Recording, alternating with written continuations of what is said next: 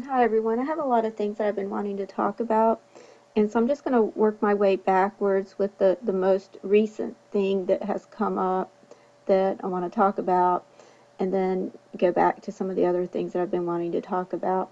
But in this video, I want to talk a little bit about the symbolism of the dog. This is the Chinese New Year for dogs. And this is just one of the many signs pointing to this date, February 16th, 17th, that Steve Fletcher has been talking about in this video. And this video over here is a mirror that was done by Ulissa Vanderbidge. And I'll put the link in the description box. But I just wanted to talk a little bit about dogs because that's something I had been wanting to talk about for a couple of days now at least, because there was another video that was done by Pastor Sandy Armstrong, and somewhere around this point right here he was talking about Caleb and Joshua, and he was talking about the word Caleb, which is the word dog in the Hebrew. And so I just wanted to explain some of the symbolism in the Bible concerning dogs and why that's important. And then this morning, I noticed this Google Doodle, which again has more symbolism concerning the dog, because if I play it, you'll see the imagery. It starts off with this bird that looks like an eagle soaring, which is symbolic of Philadelphia. And then you see this penguin, which is black and white, and then a dog, and then a snake or serpent, which would be another representation of the dragon. And then this, of course, is the audience cheering at the Winter Olympics. But the three main stars would be this bird. Well, it starts out with the bird that's soaring like an eagle, but then the three main stars of the Olympics would be the penguin, which is black and white, which is a representation of the DNA. And then you have the dog, and the serpent. And of course, this is the Chinese New Year for dogs, as well as the dragon dance. As you can see here, it says Dance of the Dragon. Okay, so I wanted to explain some things about dogs in the Bible, and as you can see, there's 23 results for the word dogs, which is interesting because that's a number having to do with DNA. And if you'll notice, a lot of these verse numbers have to do with numbers concerning DNA as well. But I wanted to get over here to the New Testament. And again, you can see that dogs are not normally looked upon very favorably in the scriptures. But then there's this incident over here that Pastor Sandy Armstrong mentioned as well in his video in Matthew 15:27. Starts off with verse 26. And it's when Jesus was talking, I believe it was to a Samaritan woman, and she said, well, let me start here.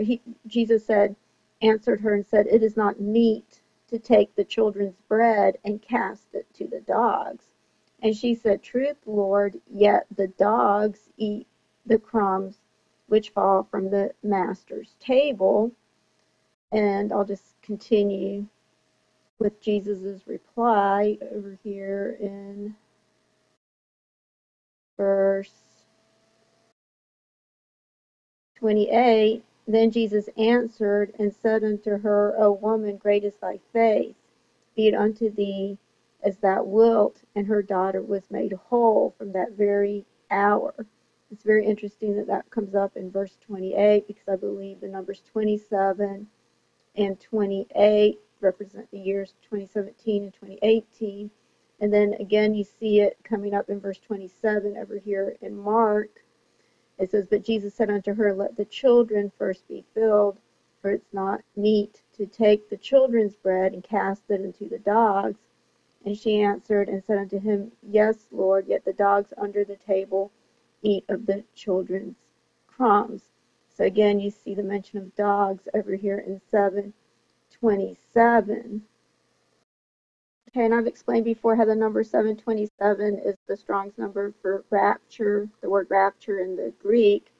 It's a form of Strong's 726, which is the word harpazo. It's really the same word. It's just this is in the first person, means I. Snatch is what this Strong's number is. And then 727, which is the next Strong's number, is the same word. It means to snatch. So one means I snatch, the other one means to snatch. So they both mean the rapture. So you have Strong's number 727, and then in the Hebrew, it's the word for the ark. It means ark in the Hebrew. You see 727 means a chest or an ark, as in the Ark of the Covenant, or as in Noah's Ark. In the Bible, the term for Noah's Ark is actually a different word, but it still means ark, and it is the word that's used for the Ark of the Covenant. It comes from this word, Strong's number 717, which again seems to represent the year 2017, which this is another word for the rapture as well. It means to pluck or gather. And so both of these numbers represent the covenant, the consummation of the covenant, or the rapture. Okay, so one of the things that Pastor Sandy Armstrong mentioned in this video over here was when Joshua and Caleb went out to spy the land. First, they had sent out one from each of the 12 tribes, I believe, and they all gave a bad report. And then when you go to Numbers, it's actually in Numbers 14 is when Joshua and Caleb go out. But it's interesting that it comes up in verse 6 over here. So this makes the number 46, and it's in Numbers 14, which I've talked about how the number 14 represents the transformation. It's in Zechariah 14 when the Mount of Olives splits, and it's in Exodus 14 when the Red Sea was parted. And I've explained before how I believe this is all a type of the DNA, when the DNA replicates. And I'll just quickly show you how that works.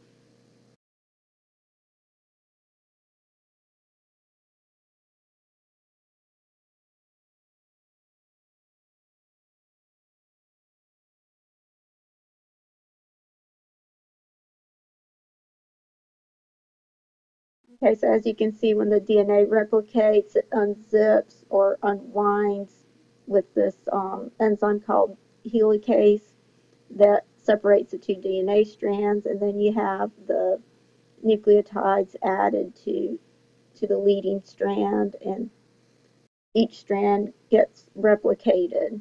And you also have the lagging strand as well. They both get replicated at the same time, but the lagging strand has to do it a little bit at a time, whereas the leading strand is a continuous build.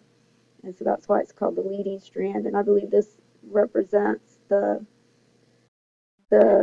present condition because the two strands are anti-parallel. They run opposite to each other.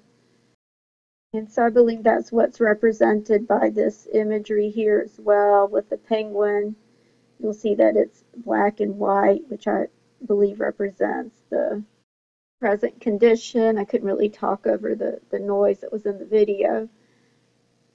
But there's going to be a good transformation as well as an evil transformation. And if you look at the word transform, you see that this right here talks about the evil transformation.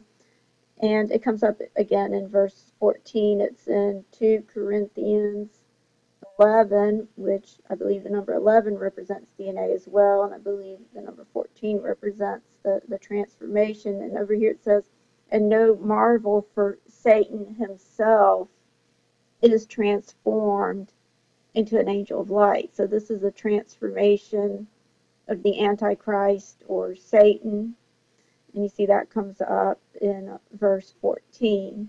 And so there's the transfiguration, which comes up in Matthew 17, which I believe represents the year that we're in. And of course, this is a type of our transformation as well. But you see that Jesus was transfigured in Matthew 17. And then Satan is transformed in verse 14, which is 7 plus 7. But this also represents the DNA, the splitting apart of the DNA, which I believe is what's represented by the Mount of Olives. When the Mount of Olives splits in Zechariah 14, that comes up in verse 4. So you have 144. And it says, and his feet shall stand in that day upon the Mount of Olives, which is before Jerusalem on the east, and the Mount of Olives shall cleave in the midst thereof toward the east and toward the west, and there shall be a great valley. Half of the mountains shall be removed toward the north, and half of it toward the south. And ye shall flee to the valley of the mountains, for the valley of the mountains shall reach into Azal. Yea, ye shall flee like as you fled from the earthquake in the days of Uzziah, king of Judah, and the Lord my God shall come, and all the saints with him. So this would be the rapture over here, which is the transformation. And so the point that I wanted to make is that I believe that Caleb and Joshua represents the same thing that's represented in Zechariah 14 when Jesus comes with all the saints with him. I believe Caleb represents the bride, and then this renting that takes place over here, the renting of the clothes, is a representation of the transformation. It's a representation of taking off the old garments and putting on the white linen, which is a representation of the transformation. And so that's why they rent their clothes.